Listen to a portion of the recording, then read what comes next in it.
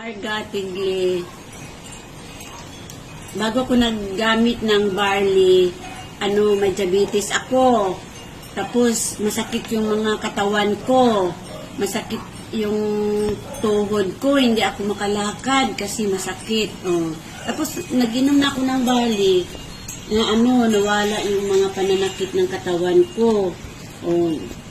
Tapos, pag sa isang araw, isang beses lang ako mag-inom sa umaga. Hindi pa ako makakain ng kalahating baso. Lagay mo tubig na natural na tubig. Tapos, pagtapos mag-inom ng barley, mag-inom ka ng maaligamgam na tubig, 2 baso.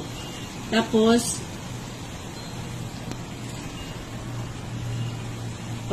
sana subukan nyo man. Subukan nyo. Baka mahiyang din kayo nito. Mawala yung mga sakit ng katawan nyo. Yun lang po.